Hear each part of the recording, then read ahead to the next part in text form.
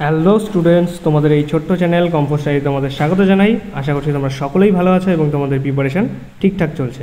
তোমরা যারা যারা এএনএম জিএনএম 2024 এর জন্য টার্গেট করে রয়েছো, তোমাদের জন্য এই কম্পোজ স্টাডি ইউটিউব চ্যানেলে জীবনবিজ্ঞানের অধ্যায়ভিত্তিক অতি গুরুত্বপূর্ণ প্রশ্ন নিয়ে আলোচনা করা হচ্ছে। ইতিমধ্যে আমরা অনেকগুলো টপিক নিয়ে আলোচনা করেছি। আজকে আমাদের টপিকটি হলো বংশগতি। ঠিক আছে, আজকে থেকে আমরা বংশগতি শুরু করব। আর আমরা মোটামুটি 2 থেকে 3টি সেটে এই চ্যাপ্টারটি কমপ্লিট করব। চ্যাপ্টারটি অনেক বড়, আর এখান থেকে কিন্তু কোশ্চেন তোমাদের আসে।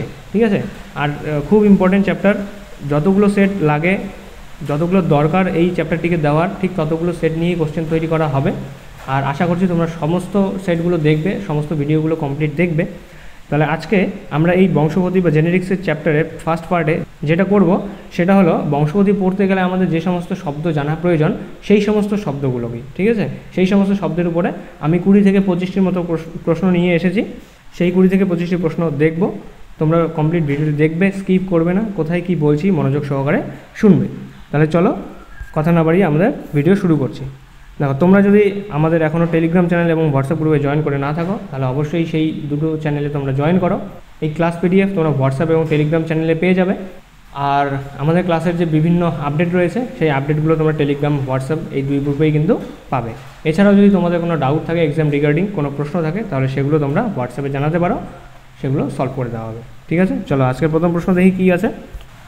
দেখো, আজকের প্রথম প্রশ্ন কী বলেছে যে প্রক্রিয়ায় পিতামাতার চারিত্রিক বৈশিষ্ট্য সন্তান সন্ততিতে সঞ্চারিত হয় তাকে কি বলা হয়? অপশানটা আছে অভিব্যক্তি, অভিযোজন, বংশগতি নাকি জিনোম। এখানে কারেক্ট আনসার হয়ে যাবে আমাদের অপশান নাম্বার সি, বংশগতি। ঠিক আছে, যে পদ্ধতিতে বা যে প্রক্রিয়ায় পিতামাতার চারিত্রিক বৈশিষ্ট্য সন্তান সন্ততিতে সঞ্চারিত হবে, মানে তোমার বাবা মার যে চারিত্রিক বৈশিষ্ট্য রয়েছে সেই চারিত্রিক বৈশিষ্ট্য যদি তোমার মধ্যে আসবে, এই যে প্রক্রিয়াটা, এই প্রক্রিয়াটাকে আমরা কি বলে থাকি? বংশগতি বলে থাকি।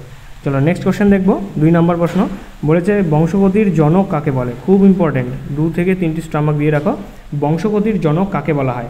অপশান দেওয়া আছে মর্গান, বোভেরি, মেন্ডেল নাকি জোহানসন। এখানে কারেক্ট আনসার হয়ে যাবে অপশান নাম্বার সি, মেন্ডেলকে বংশগতির জনক বলা হয়। ইনি হলেন মেন্ডেল। ঠিক আছে, গ্রেগর জোহান মেন্ডেল। এই গ্রেগর জোহান মেন্ডেলকেই বলা হয় বংশগতির জনক। নেক্সট 3 নম্বর প্রশ্ন দেখব। বলেছে জীবদেহের প্রধান জেনেটিক পদার্থ হলো? অপশান দেওয়া আছে ডিএনএ, আরএনএ, উভয় নাকি ডিএনএ অথবা আরএনএ। এখানে কারেক্ট আনসার হয়ে যাবে অপশান এ, ডিএনএকে আমরা জীবদেহের প্রধান জেনেটিক পদার্থ বলবো। কারণ হলো ডিএনএ বেশি স্টেবল আরএনএর থেকে, আর ডিএনএর মধ্যে কিন্তু মিউটেশন বেশি ঘটে না। ঠিক আছে, দ্রুত মিউটেশন ঘটে না, যেটা আরএনএর মধ্যে ঘটে থাকে। তাহলে আমাদের রাইট আনসার হয়ে যাবে অপশান এ, ডিএনএ। জীবদেহের প্রধান জেনেটিক ম্যাটেরিয়াল হলো ডিএনএ। নেক্সট 4 নম্বর প্রশ্ন বলেছে যে বংশগতির একক হলো? বংশগতির একক কী? অপশান আছে ক্রোমোজোম, জিন, ডিএনএ নাকি আরএনএ। খুব ইম্পর্ট্যান্ট, স্টামাক দিয়ে রাখবে। বংশগতির একক হলো অপশান নাম্বার বি, জিন। জিনকে আমরা বংশগতির একক বলবো। দেখো, এটা হলো একটা সেল, সেলের মধ্যে থাকবে ক্রোমোজোম, ক্রোমোজোমের মধ্যে থাকবে ডিএনএ, আর ডিএনএর মধ্যে কিন্তু থাকবে জিন। ঠিক আছে, তাহলে বংশগতির একক হলো জিন। নেক্সট, জিন কথাটি প্রথম ব্যবহার করেন? এটা আমরা পড়েছি কোন চ্যাপ্টারে? সেটা হলো কোষ বিভাজন এবং কোষ চক্রে। এটা তোমাদের জন্য হোমওয়ার্ক থাকলো, তোমরা অবশ্যই কমেন্টে জানাবে। আমি দেখতে চাই যে তোমরা কতজন মনোযোগ সহকারে ক্লাসগুলো করো। অবশ্যই কিন্তু কমেন্টে তোমরা জানাবে যে জিন কথাটি প্রথম কে ব্যবহার করেন। নেক্সট বলেছে একটি প্রজাতির জনসমষ্টির যত জিন আছে তাদের সমষ্টিকে বলা হয়? একটি প্রজাতিতে যতগুলো জিন রয়েছে সেই জিনের সমষ্টিকে আমরা কি বলবো? অপশান দেওয়া আছে জিনোম, জিন পুল, অ্যালিল নাকি জাইগোট। অপশান হয়ে যাবে রাইট আনসার আমাদের বি। ঠিক আছে, জিন পুল। একটি প্রজাতির জনসমষ্টির যত জিন আছে তাদের সমষ্টিকে আমরা কি বলে থাকি? জিন পুল বলে থাকি। যেমন ধরো, একটি প্রজাতিতে কারো আছে নীল কালারের চোখ।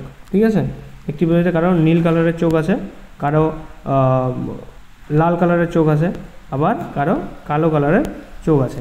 তাহলে এই যে বিভিন্ন ধরনের, দেখো এখানে জিন, বিভিন্ন ধরনের জিনের জন্যই তো কারো চোখ নীল, কারো চোখ লাল, কারো চোখ কালো হচ্ছে। এই যে জিনগুলোর সমষ্টি, এই সমষ্টিকেই আমরা কি বলবো? জিন পুল বলবো। ঠিক আছে। নেক্সট 7 নম্বর প্রশ্ন বলেছে জিনের গঠনগত স্থায়ী পরিবর্তনকে কি বলা হয়? জিনের মধ্যে যদি গঠনগত স্থায়ী পরিবর্তন ঘটে, যে পরিবর্তনটা ঘটবে সেটা হতে হবে স্থায়ী। স্থায়ী পরিবর্তন যদি হয় তাহলে তাকে আমরা কি বলবো? অপশান দেওয়া আছে এলিল, অভিব্যক্তি, অভিযোজন নাকি পরিব্যক্তি। এখানে কারেক্ট আনসার হয়ে যাবে আমাদের অপশান ডি, পরিব্যক্তি। ঠিক আছে, পরিব্যক্তি কি এটা আমরা একটু ভালোভাবে জানবো। দেখো, পরিব্যক্তি বা পরিব্যক্তিকে আমরা মিউটেশনও বলে থাকি। পরিব্যক্তি কী হয়? ক্রোমোজোম বা জিনের সংখ্যা এবং গঠনের পরিবর্তনের ফলে ক্রোমোজোম বা জিনের সংখ্যা ও গঠনের পরিবর্তনের ফলে জীবের মধ্যে যে চারিত্রিক পরিবর্তন লক্ষ্য করা যায় সেই পরিবর্তনকে আমরা পরিব্যক্তি অথবা মিউটেশন বলে থাকি। এই পরিব্যক্তি বা মিউটেশনের জন্য যে সমস্ত রোগ সৃষ্টি হয়, আমি কিছু রোগের কথাই বলছি, সেই সমস্ত রোগ হলো যেমন থ্যালাসেমিয়া, বর্ণান্ধতা, হিমোফিলিয়া, এই সমস্ত কিন্তু পরিব্যক্তি অথবা মিউটেশনের জন্যই হয়ে থাকে। ঠিক আছে, চলো নেক্সট দেখব। 8 নম্বর প্রশ্ন বলেছে জিনগত পরিবর্তনে জীবের বৈশিষ্ট্যের পার্থক্য সৃষ্টির ঘটনাকে কি বলা হয়? জিনগত পরিবর্তন হবে। ঠিক আছে, জিনগত পরিবর্তনে জীবের মধ্যে যদি জীবের যে বৈশিষ্ট্য রয়েছে সেই বৈশিষ্ট্যের মধ্যে যদি কোনো পার্থক্য সৃষ্টি হয় তাহলে তাকে আমরা কি বলবো? অপশান দেওয়া আছে অভিযোজন, প্রকরণ, বংশগতি নাকি জিন। এখানে কারেক্ট আনসার হয়ে যাবে অপশান নাম্বার বি, প্রকরণ। ঠিক আছে, তাহলে জিনগত পরিবর্তনে যদি জীবের বৈশিষ্ট্যের মধ্যে কোনো পার্থক্যের সৃষ্টি হয় তাহলে তাকে আমরা প্রকরণ বলবো। দেখো, প্রকরণকে আমরা ভেরিয়েশনও বলতে পারি, আর প্রকরণকে আরেকটু ভালোভাবে যদি আমি বলি সেটা হলো যৌন জনন এবং পরিব্যক্তির ফলে। তাহলে মিউটেশন হবে আবার যৌন জনন হবে, এই দুইয়ের ফলে কোনো জীব প্রজাতিতে যদি বাহ্যিক এবং অভ্যন্তরীণ কোনো বৈচিত্র্য দেখা যায়, ঠিক আছে, তাহলে সেই ঘটনাকে আমরা কি প্রকরণ অথবা ভেরিয়েশন বলবো। যেমন মানুষের ক্ষেত্রে যেমন কানের লতির যে রয়েছে, কারো কারো কানের ক্ষেত্রে লতি থাকে, আবার কারো কারো কানের ক্ষেত্রে লতি থাকে না, মানে লতি যুক্ত অবস্থায় থাকে, কারো মুক্ত অবস্থায় থাকে। এটা একটা হলো প্রকরণের উদাহরণ। আর হলো মানুষের রোলার জীব, ঠিক আছে, আর স্বাভাবিক জীব, কেউ জীবকে রোল করতে পারে আবার কেউ কেউ রোল করতে পারে না। তাহলে এগুলো হলো প্রকরণ বা ভেরিয়েশনের এক্সাম্পল। চলো নেক্সট দেখবো 9 নম্বর প্রশ্ন বলেছে সংযুক্ত কানের লতির জন্য দায়ী অ্যালেনটি। দেখো, এখানে কানের লতিটি যুক্ত অবস্থায় রয়েছে আর এখানে দেখো কানের লতিটি মুক্ত অবস্থায় রয়েছে।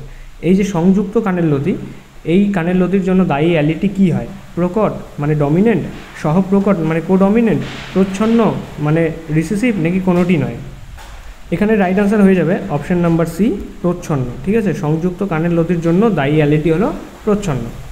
নেক্সট 10 নম্বর প্রশ্ন বলেছে একই জিনের বিভিন্ন রূপগুলি হলো, একই জিন থাকবে তার বিভিন্ন রূপকে আমরা কি বলবো? অ্যালিল, লোকাস, ফিনোটাইপ নাকি জিনোটাইপ? এখানে কারেক্ট আনসার হয়ে যাবে আমাদের অপশান নাম্বার এ, অ্যালিল। ঠিক আছে, অ্যালিল হলো জিনের বিভিন্ন রূপ।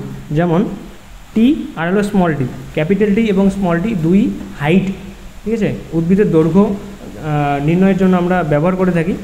এবারে এটিও একটি হাইটের জিন, এটিও একটি হাইটের জিন। তাহলে জিনের কি বিভিন্ন দুটি রূপ দেখা গেল, তাহলে এই দুটিকে আমরা কি বলবো? অ্যালিল বলবো। ঠিক আছে, তোমরা এখনও পর্যন্ত যারা যারা আমাদের চ্যানেলটিকে সাবস্ক্রাইব করোনি তারা অবশ্যই চ্যানেলটিকে সাবস্ক্রাইব করো। আমরা একটি ইম্পর্টেন্ট চ্যাপ্টার পড়ছি। ঠিক আছে, এতদূর পর্যন্ত যদি তোমাদের ভালো লেগে থাকে তাহলে অবশ্যই ভিডিওটি লাইক করে দেবে, বন্ধু বান্ধবের মধ্যে শেয়ার করে দেবে, আর কমেন্টে অবশ্যই জানাবে তোমার মতামত। ঠিক আছে, চলো নেক্সট 11 নম্বর প্রশ্ন দেখব। বলেছে যে ক্রোমোজোম যে স্থানে জিন অবস্থান করে, ক্রোমোজোমের কোন স্থানে জিন অবস্থান করবে? অপশান রয়েছে লোকাস, ফ্যাক্টর, অ্যালিল নাকি সবগুলি। এখানে তোমাদের কারেক্ট আনসার হয়ে যাবে অপশান এ, লোকাস। ঠিক আছে, ক্রোমোজোমের লোকাসে জিন অবস্থান করে। এই যে জায়গাটা দেখতে পাচ্ছ এটাকে আমরা লোকাস বলে থাকি। তাহলে এই লোকাসের মধ্যেই জিন অবস্থান করে। নেক্সট 12 নম্বর প্রশ্ন দেখব। বলেছে জীবের বাহ্যিক বৈশিষ্ট্যকে বলা হয়, মানে বাইরে থেকে আমরা জীবের যে বৈশিষ্ট্যকে দেখতে পারি সেই বৈশিষ্ট্যকে আমরা কি বলে থাকি? অপশান রয়েছে জিনোটাইপ, জিনোম, জিন নাকি ফিনোটাইপ। Important question, star mark. আর এরপরে যে কোশ্চেনটা আছে সেটাও খুব ইম্পর্টেন্ট। তোমাদের এই কোশ্চেনে কারেক্ট আনসার হয়ে যাবে অপশন ডি। আশা করছি তোমরা এটাই দিয়েছো, অপশন ডি, ফিনোটাইপ। ঠিক আছে, জীবের বাহ্যিক যে বৈশিষ্ট্য রয়েছে সেই বাহ্যিক বৈশিষ্ট্যকে আমরা ফিনোটাইপ বলে থাকি, মানে বাইরে থেকে যে বৈশিষ্ট্য দেখা যায়। যেমন একটি গাছ লম্বা নাকি খাটো, ঠিক আছে, তার যেমন মটর গাছের ক্ষেত্রে মটর গাছ লম্বা খাটো, মটর বীজ গোল নাকি সংকুচিত, এই যে বৈশিষ্ট্যগুলো আমরা যেটা বাইরে চোখে দেখতে পারি খালি চোখে, সেই বৈশিষ্ট্যগুলোকে আমরা ফিনোটাইপ বলে থাকি। নেক্সট 13 নম্বর প্রশ্ন, এটাও খুব ইম্পর্ট্যান্ট। বলেছে জীবের অ্যালিল তথা জিনগত বৈশিষ্ট্যকে। এবারে জিনের মধ্যে যে বৈশিষ্ট্য সেটা কি আমরা খালি চোখে দেখতে পারবো? দেখতে পারবো না। এই যে জিনগত বৈশিষ্ট্য এটাকে আমরা কি বলবো? অপশান আছে অ্যালিলোমর্ফ, জিন, জিনোটাইপ নাকি ফিনোটাইপ। এখানে কারেক্ট আনসার হয়ে যাবে অপশান নাম্বার সি, জিনোটাইপ। ঠিক আছে, জীবের অ্যালিল তথা জিনগত বৈশিষ্ট্যকে আমরা জিনোটাইপ বলবো। দেখো, জিনের মধ্যে যে বৈশিষ্ট্যগুলো দেখা যায় সেই বৈশিষ্ট্যকে আমরা জিনোটাইপ বলবো, আর খালি চোখে বাহ্যিক যে বৈশিষ্ট্য সেটাকে আমরা ফিনোটাইপ বলবো। মাথায় রাখবে, তাহলে জিনগত যদি বৈশিষ্ট্য হয় তাহলে জিনোটাইপ আর বাকিটা ফিনোটাইপ। নেক্সট 14 নম্বর প্রশ্ন দেখব। বলেছে প্রকট এবং প্রচ্ছন্ন উভয় অ্যালিলযুক্ত জীবকে কি বলা হয়? মানে তার মধ্যে প্রকট জিনও থাকবে এবং প্রকট অ্যালিলও থাকবে এবং প্রচ্ছন্ন অ্যালিলও থাকবে। যেমন টি এটা হলো প্রচ্ছন্ন আর ক্যাপিটাল টি এটা হলো প্রকট। তাহলে এটাকে এই জিনযুক্ত বা অ্যালিলযুক্ত জীবকে আমরা কি বলবো? অপশান রয়েছে প্রকট, প্রচ্ছন্ন, সংকর নাকি কোনোটি নয়। দেখো এটার কারেক্ট আনসার হয়ে যাবে অপশান সি, সংকর। ঠিক আছে, দুটি আলাদা আলাদা অ্যালিল রয়েছে, একটি কিসের, এটা হলো লম্বার জন্য আর এটা হলো খাটোর জন্য। তাহলে এই যে দুটি অ্যালিলের সংযুক্ত যে জীব রয়েছে সেটাকে আমরা সংকর জীব বলবো। নেক্সট 15 নম্বর প্রশ্ন বলেছে কেবলমাত্র ড্যাশ অবস্থায় জীবদেহে প্রচ্ছন্ন বৈশিষ্ট্য প্রকাশ পায়। স্টামাক, কেবলমাত্র কোন অবস্থায় জীবদেহে প্রচ্ছন্ন বৈশিষ্ট্য প্রকাশ পাবে? অপশান দেওয়া আছে হোমোজাইগাস, হেটেরোজাইগাস, সংকর নাকি কোনোটি নয়। এখানে কারেক্ট আনসার হয়ে যাবে হোমোজাইগাস। কীভাবে আমি বলে দিচ্ছি, তোমরা যদি বংশগতি একটু হলেও পড়ে থাকো তাহলে দ্বিসংকর জনন, একসংকর জনন পড়েছ। সেখানে আমরা কি পড়ি? ক্যাপিটাল টি, স্মল টি আর হলো ক্যাপিটাল টি, স্মল টি। দেখো এই ক্যাপিটাল টিকে আমরা কি বলে থাকি? লম্বা। স্মল টিকে আমরা কি বলে থাকি? খাটো। আর এই ক্যাপিটাল টি স্মল টিকেও আমরা কি বলে থাকি? লম্বা বলে থাকি। ঠিক আছে, তাহলে এখান থেকে আমরা যেটা বুঝতে পারবো প্রচ্ছন্ন হলো খাটো বৈশিষ্ট্যটি প্রচ্ছন্ন। এই খাটো বৈশিষ্ট্যটি শুধুমাত্র তখনই প্রকাশ পাবে যখন অ্যালিল দুটি কী হবে? একই রকম হবে। তাহলে স্মল টি যদি হয় তাহলেই কিন্তু সেটাকে আমরা প্রচ্ছন্ন বৈশিষ্ট্য মানে খাটো বৈশিষ্ট্য বলতে পারবো। এবারে যদি প্রকট বৈশিষ্ট্য চলে আসে তাহলে কিন্তু সেটাকে আমরা খাটো বলবো না, এটাকে কিন্তু আমরা লম্বাই বলবো। তাহলে সংকর কিন্তু প্রচ্ছন্ন বৈশিষ্ট্য কখনো হতে পারবে না, একমাত্র তখনই হতে পারবে যখন অ্যালিল দুটি একই রকম হবে, অর্থাৎ হোমোজাইগাস হবে। বুঝতে পারলে? নেক্সট চলো 16 নম্বর প্রশ্ন বলেছে ড্যাশ অবস্থায় জীবদেহে প্রকট বৈশিষ্ট্য প্রকাশ পায়। এবার খাটো এবং লম্বার মধ্যে প্রকট বৈশিষ্ট্য কী? প্রকট বৈশিষ্ট্য হলো লম্বা। ঠিক আছে, দেখো আমি আগে অপশানগুলো বলে দিচ্ছি। অপশান হলো হোমোজাইগাস, হেটেরোজাইগাস, উভয়ই নাকি কোনোটি নয়। প্রকট বৈশিষ্ট্য কি? আমরা বললাম যে প্রকট বৈশিষ্ট্য হলো লম্বা। এবারে ক্যাপিটাল টি, স্মল টি। দেখো এখানে এটা হোমোজাইগাস, দুটো একই রকম অ্যালিল রয়েছে। এটা হেটেরোজাইগাস, দুটি আলাদা আলাদা অ্যালিল রয়েছে। কিন্তু এখানেও প্রকট বৈশিষ্ট্য প্রকাশ পাচ্ছে, এখানেও প্রকট বৈশিষ্ট্য প্রকাশ পাচ্ছে, মানে এটাকেও আমরা লম্বা বলবো আর এটাকেও আমরা লম্বা বলবো। আর এটা দেখো রিসেসিভ মানে প্রচ্ছন্ন যখন হোমোজাইগাস হবে তখন আমরা এটাকে খাটো বলবো। ঠিক আছে, তাহলে প্রকট বৈশিষ্ট্যই প্রকাশ পাবে হোমোজাইগাস এবং হেটেরোজাইগাস উভয় ক্ষেত্রেই, আর প্রচ্ছন্ন বৈশিষ্ট্য প্রকাশ পাবে শুধুমাত্র হোমোজাইগাসে। বুঝতে পারলে? নেক্সট 17 নম্বর প্রশ্ন বলেছে নিচের কোন বক্তব্যটি সঠিক? চারটি অপশান দেওয়া রয়েছে, এর মধ্যে সঠিক বক্তব্য কোনটি? দেখো প্রথমে বলেছে টি এবং টি গ্যামেটের মিলনের ফলে হোমোজাইগোট তৈরি হয়। দেখো টি আর টি যদি একসাথে মিলিত হয় তাহলে কি তৈরি হবে? এটা তৈরি হবে। এটাকে কি আমরা হোমোজাইগোট বলতে পারি? না, এটা হলো হেটেরোজাইগোট। তাহলে আমাদের অপশানে ভুল। তারপর বলেছে জীবদেহে প্রধান জেনেটিক পদার্থ হলো আরএনএ। না, এটা আমরা আজকেই পড়লাম, আরএনএ নয় ডিএনএ, তাহলে এটাও ভুল। এবারে বলেছে মেন্ডেল বংশগতির উপাদানকে ফ্যাক্টর বলা হয়। এটা আমরা এখনও পড়িনি, এটা আমরা পরে পড়ব। এবারে ডি নম্বরে বলেছে বংশগতি সংক্রান্ত আলোচনা বিজ্ঞানের যে শাখায় করা হয় তাকে বলা হয় জিনতত্ত্ব। একেবারেই নয়, তাকে বলা হয় বংশগতি। ঠিক আছে, তাহলে আমাদের রাইট আনসার হবে সি, কারণ আমাদের সি অপশনটি শুধুমাত্র বাকি রয়েছে। বোঝা গেল? নেক্সট 18 নম্বর প্রশ্ন বলেছে ক্রোমোজোমের গঠনগত উপাদান হলো। ক্রোমোজোম কী কী নিয়ে গঠিত? অপশান দেওয়া আছে DNA protein, RNA DNA histone নাকি শুধুমাত্র ডিএনএ। এটা important question, star mark. Correct answer হয়ে যাবে আমাদের অপশান সি, ডিএনএ এবং হিস্টোন। তাহলে ক্রোমোজোমের গঠনগত উপাদান হলো ডিএনএ এবং হিস্টোন, মানে ডিএনএ আর হিস্টোন এই দুই মিলেই ক্রোমোজোম গঠিত হয়। আর হিস্টোন মাথায় রাখবে, হিস্টোন হলো একটি ক্ষারীয় প্রোটিন। ঠিক আছে, আর ডিএনএ কিন্তু নেগেটিভ হয়, ডিএনএর মধ্যে নেগেটিভ চার্জ পাওয়া যায়। চলো নেক্সট 19 নম্বর প্রশ্ন বলেছে BBSS। দেখো স্মল বি স্মল এস এটাকে আমরা হোমোজাইগাস বলবো, যেহেতু আলাদা কিছু নেই, সব একই রকম। কিন্তু এখানে দেখো capital B capital S small S, এটাকে আমরা কি বলবো? অপশান আছে হোমোজাইগাস, হেটেরোজাইগাস, উভয়ই নাকি কোনোটি নয়। এটার রাইট আনসার হয়ে যাবে অপশান বি, হেটেরোজাইগাস। দেখো এখানে একটা প্রকট দেওয়া আছে, একটি প্রচ্ছন্ন দেওয়া আছে, একটি প্রকট দেওয়া আছে, একটি প্রচ্ছন্ন দেওয়া আছে, তাই এটি হবে হেটেরোজাইগাস। কিন্তু এই ক্ষেত্রে দেখো সবগুলি প্রচ্ছন্ন দেওয়া আছে। ঠিক আছে, সবগুলি প্রচ্ছন্ন, তাই এটাকে আমরা হোমোজাইগাস বলবো। চলো নেক্সট 20 নম্বর প্রশ্ন, আমরা খুব কাছাকাছি চলে এসেছি, শেষ করব আর কিছুক্ষণ পরেই। বলেছে 20 নম্বর প্রশ্নে ক্রোমোজোমের আবিষ্কর্তা কে? অপশান দেওয়া আছে স্ট্রাসবার্গার, ওয়ালডেয়ার, বোভেরি নাকি ওয়াটসন। এখানে কারেক্ট আনসার হয়ে যাবে অপশান এ, স্ট্রাসবার্গার প্রথম ক্রোমোজোম আবিষ্কার করেন? স্টার মার্ক, কারণ বিজ্ঞানীদের নাম দিয়ে কোশ্চেন কিন্তু আসে তোমাদের এএনএম জিএনএম। তাহলে স্ট্রাসবার্গার ক্রোমোজোমের আবিষ্কর্তা। তোমরা এখনও পর্যন্ত যারা যারা চ্যানেলটিকে সাবস্ক্রাইব করোনি অবশ্যই চ্যানেলটিকে সাবস্ক্রাইব করে পাশে থাকবে, ভিডিওটিকে লাইক করবে, ঠিক আছে, কমেন্টে জানাবে তোমাদের কীরকম লাগছে। চলো নেক্সট 21 নম্বর প্রশ্ন দেখব। বলেছে আদর্শ ক্রোমোজোমের একক হলো, আদর্শ ক্রোমোজোমের একক কী? আইডিয়াল ক্রোমোজোমের ইউনিট বা একক কী? অপশান দেওয়া আছে সোলেনয়েড, সুপার সোলেনয়েড, নিউক্লিওজোম নাকি ক্রোম্যাটোজোম। স্টার মার্ক দিয়ে রাখো। আর মনে রাখবে যে আদর্শ ক্রোমোজোমের একক হলো নিউক্লিওজোম। কারেক্ট আনসার হয়ে যাবে সি। নেক্সট এবং আজকের লাস্ট প্রশ্ন, আর এটা তোমাদের একটা PYQ, ঠিক আছে, এটা হলো একটা PYQ। বলেছে নিম্নলিখিত উক্তিগুলির মধ্যে কোনটি সঠিক নয়?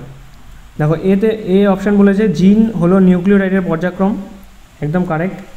ডিএনএ থেকে mRNA প্রতিলিপি গঠিত হয়, ঠিক, এটা আমরা পড়বো পরে, ডিএনএ প্রতিলিপিকরণ, ঠিক আছে, ট্রান্সক্রিপশন, ট্রান্সলেশন, এগুলো সব কিছুই পড়বো। তারপর বলেছে জিনকে কোনোভাবেই পরিবর্তিত করা যায় না। আর অপশান ডিতে জিনের মিউটেশন ঘটে, অবশ্যই জিনের মিউটেশন ঘটবে। আর জিনকে কোনোভাবেই পরিবর্তিত করা যায় না, এটা ভুল। যদি মিউটেশন ঘটে তাহলে তো জিনের মধ্যে পরিবর্তন ঘটে, তাহলে এটাই হলো আমাদের রাইট আনসার। এটা হলো এই উক্তিটি ভুল, মানে জিনের মধ্যে কোনোভাবেই পরিবর্তিত করা যায় না, জিনকে অবশ্যই পরিবর্তন করা যায়, তাই জন্যই কিন্তু জিনের মধ্যে মিউটেশন ঘটে। তাহলে আমরা আজকে এই 22টি প্রশ্ন নিয়ে আলোচনা করলাম, ঠিক আছে। একদম প্রথমের যে আমাদের শব্দগুলো জানা প্রয়োজন বংশগতি পড়তে হলে, সেইগুলোই আমরা আজকে জানলাম। এরপরে আমরা এক সংকর জনন, দ্বিসংকর জনন, তারপর বিভিন্ন ধরনের ক্রোমোজোমীয় রোগ যে রয়েছে সেই রোগগুলো সম্বন্ধে জানবো।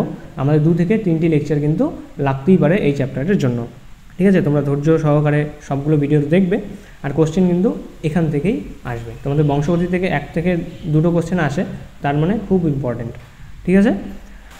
যেহেতু তোমরা কমপ্লিট ভিডিওটি দেখে নিলে, এবারে তোমাদের কাজ হলো ডেসক্রিপশানে গিয়ে টেলিগ্রাম গ্রুপে যাবে, সেখানে জয়েন করবে, সেখান থেকে পিডিএফটি ডাউনলোড করবে, তারপর সম্পূর্ণ পিডিএফটি একবার পড়ে নেবে, ঠিক আছে। কোথায় বুঝতে অসুবিধা হচ্ছে কমেন্টে না হলে হোয়াটসঅ্যাপ গ্রুপে জানাবে।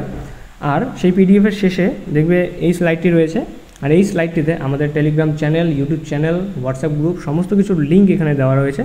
তোমরা এখানে ক্লিক হিয়ারে ট্যাপ করলেই সরাসরি আমাদের সেই গ্রুপ বা পেজে চলে যেতে পারবে, আর সহজেই যুক্ত হতে পারবে আমাদের সাথে, ঠিক আছে। তাহলে চলো আজকের ভিডিও এই পর্যন্তই। তোমরা যারা যারা এখনও পর্যন্ত ভিডিওটি দেখছো তোমাদের থ্যাংক ইউ জানাই। এভাবেই তোমরা যদি খাটতে থাকো আর ভিডিওগুলো মনোযোগ সহকারে দেখতে থাকো, যেভাবে বলছি সেভাবেই যদি পড়তে থাকো, তাহলে কিন্তু অবশ্যই তোমাদের জীবনে সাফল্য আসবে, কারণ কোশ্চেন কিন্তু এখান থেকেই হবে, ঠিক আছে। তাহলে আজকে এখানেই আমাদের ক্লাস শেষ করছি। আশা করছি তোমাদের জন্য ভিডিওটি হেল্পফুল হয়েছে। যদি হেল্পফুল হয় তাহলে অবশ্যই তোমরা কমেন্টে জানাবে, আর বন্ধুবান্ধব এবং পরিবারের সদস্য যারা যারা এএনএম জিএনএম 2024 জন্য প্রিপারেশন নিচ্ছে তাদের কাছে ভিডিওটিকে শেয়ার করবে এবং চ্যানেলটিকে সাবস্ক্রাইব করে পাশে থাকবে। দেখা হচ্ছে পরের আরেকটি ইম্পর্টেন্ট টপিকের উপর। ততদিনের জন্য বাই।